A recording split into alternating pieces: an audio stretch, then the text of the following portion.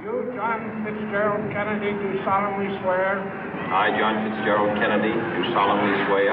That you will faithfully execute the office of President of the United States. That I will faithfully execute the office of President of the United States. And will, to the best of your ability. And will, to the best of my ability. Preserve, protect, and defend the Constitution of the United States. Preserve, protect, and defend the Constitution of the United States. So help you God. So help me God.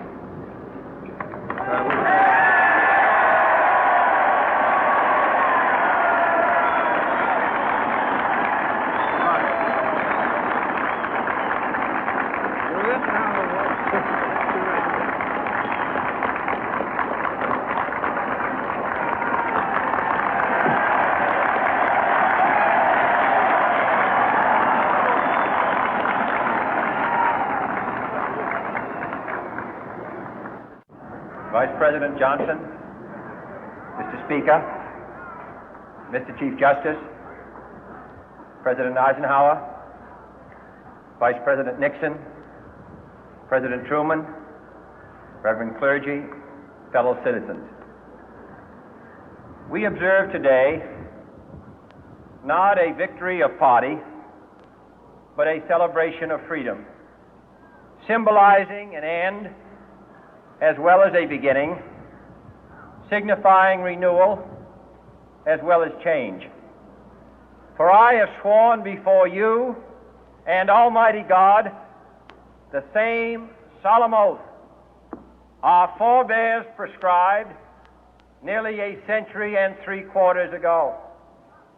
The world is very different now, for man holds in his mortal hands the power to abolish all forms of human poverty and all forms of human life.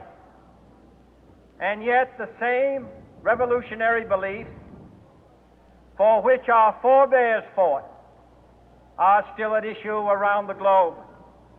The belief that the rights of man come not from the generosity of the state, but from the hand of God.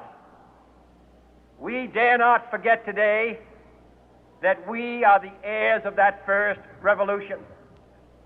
Let the word go forth from this time and place to friend and foe alike that the torch has been passed to a new generation of Americans born in this century, tempered by war, disciplined by a hard and bitter peace, proud of our ancient heritage, and unwilling to witness or permit the slow undoing of those human rights to which this nation has always been committed and to which we are committed today at home and around the world.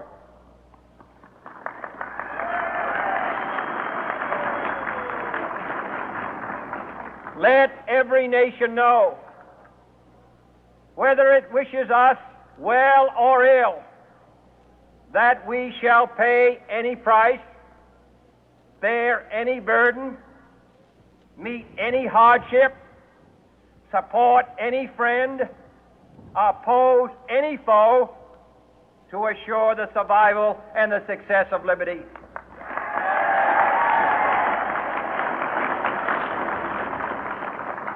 This much we pledge and more. To those old allies whose cultural and spiritual origins we share, we pledge the loyalty of faithful friends. United, there is little we cannot do in a host of cooperative ventures. Divided, there is little we can do, for we dare not meet a powerful challenge at odds and split asunder. To those new states whom we welcome to the ranks of the free, we pledge our word that one form of colonial control shall not have passed away, merely to be replaced by a far more iron tyranny.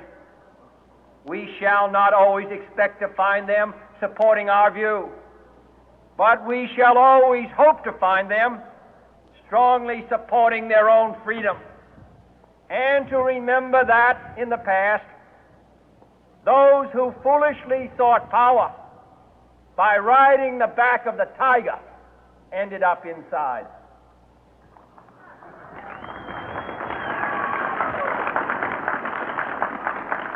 To those people in the huts and villages of half the globe struggling to break the bonds of mass misery, we pledge our best efforts to help them help themselves for whatever period is required, not because the communists may be doing it, not because we seek their votes, but because it is right.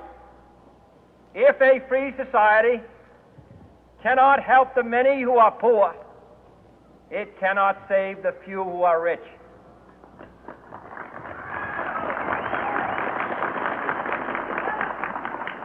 To our sister republics south of our border, we offer a special pledge to convert our good words into good deeds, in a new alliance for progress, to assist free men and free governments in casting off the chains of poverty. But this peaceful revolution of hope cannot become the prey of hostile powers. Let all our neighbors know that we shall join with them to oppose aggression or subversion anywhere in the Americas. And let every other power know that this hemisphere intends to remain the master of its own house.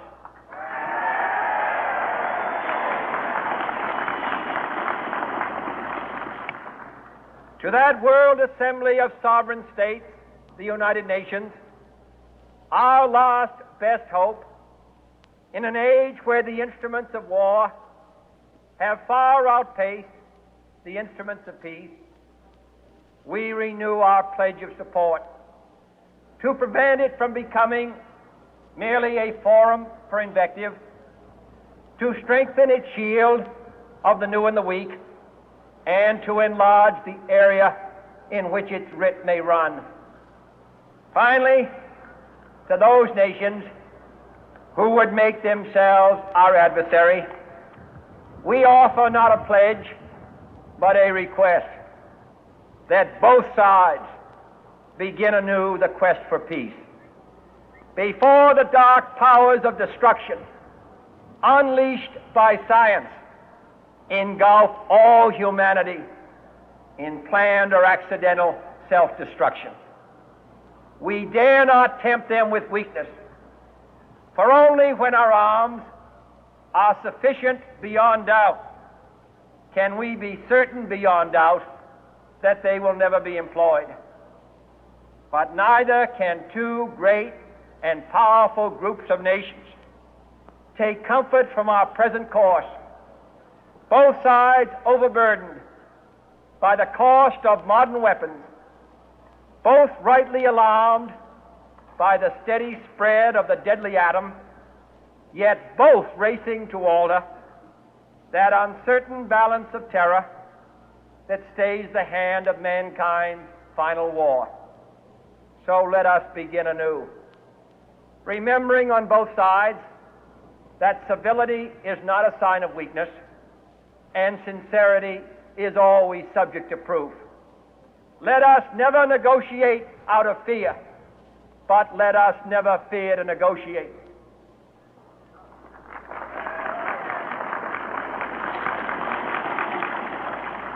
Let both sides explore what problems unite us, instead of belaboring those problems which divide us.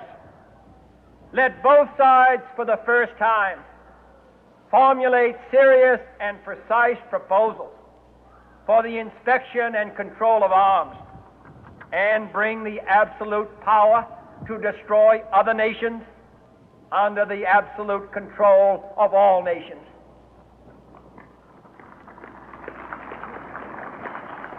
Let both sides seek to invoke the wonders of science instead of its terrors.